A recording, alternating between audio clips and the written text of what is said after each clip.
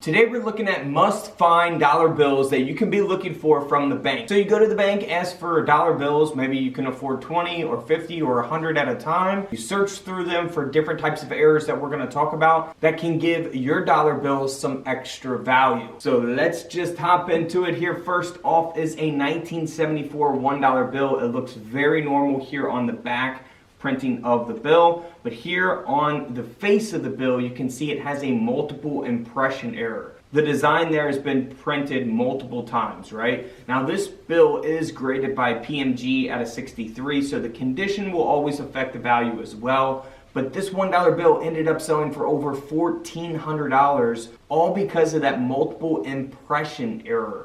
So keep that in mind when you're going through your $1 bills. Now here's an older $10 bill, but this could, relate to a lot of other bills as well, not just older $10 bills. So this is actually two different examples of a $10 bill. These are consecutive notes, so they were printed, right after each other, together basically. So it's not like one was printed and then 3 months later the next one was printed. These have the same serial numbers. They're consecutives, one after one another. So they both have a stuck digit, and you can see that there on the right side of the bill as we zoom in there on this 1974 Federal Reserve note.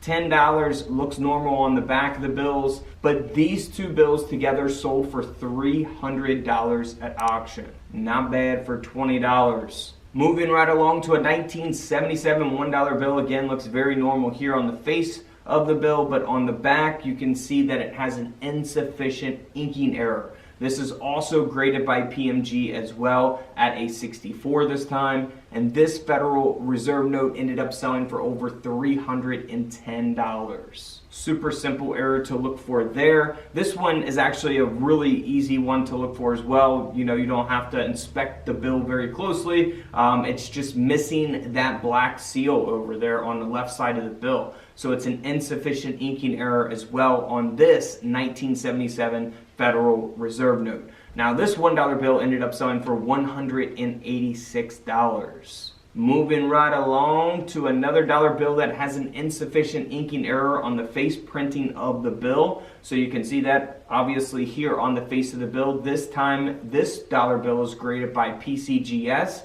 It's from 1981. And this Federal Reserve note sold for $186 as well. All right, moving on to an older $20 bill from 1985. Not too old, obviously. 1985 is not too long ago, but it's the older designs of $20 bills, of course.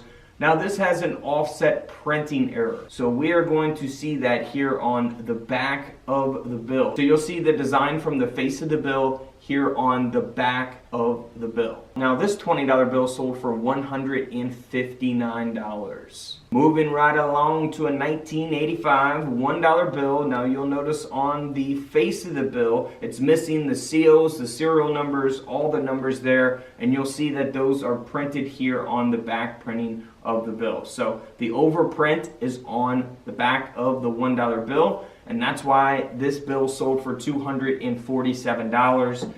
This time this bill is graded by PCGS. Next up is a solvent smear error taking place on two different 1995 $1 bills. Now you'll see that they are graded by PMG, one out of 66, one out of 67. You can see that solvent smear there on the back printing of the bill. Very, very obvious. Most people would pass something like this up, not really think much about it, but it is actually an error that can give the bill extra value, and that's why these bills sold for $216. Why you always inspect both sides of the bills.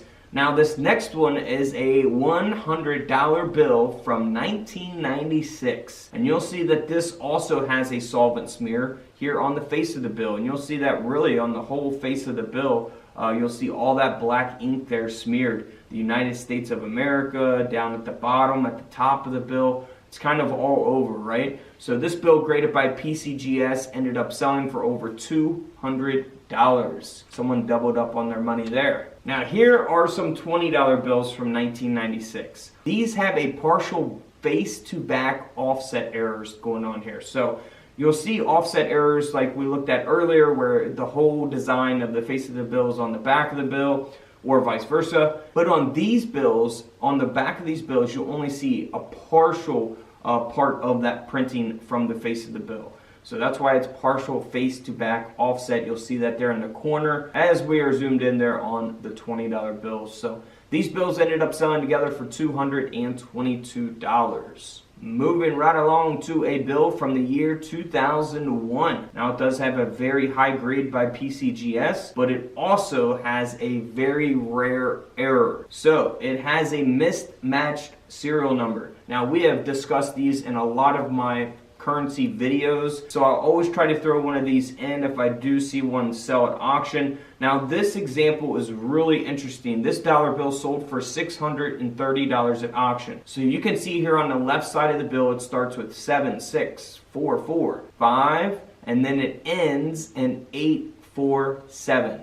Remember that 847. Now over here on the right side of the bill it goes 76445 907. So one ends in 847, the other in 907. So the 84 and the 90 are mismatched. Now you can have one number mismatched, multiple numbers mismatched. If you have multiple, it's probably going to sell for even more. But both of these numbers and letters, block letters, you can see the B, the prefix letters, you can see that the B's are matching on both sides. But the numbers are supposed to be matching on both sides as well. Now, if you find one that's not matching, that means that you may be in for some good money. So $630 at auction. Now, this next up is a more modern $100 bill from the year 2009. It does have a cutting error. It's not a super valuable bill. You know, someone had to pay to get it graded, so I wouldn't imagine they made anything when they sold this bill because it only sold for $129.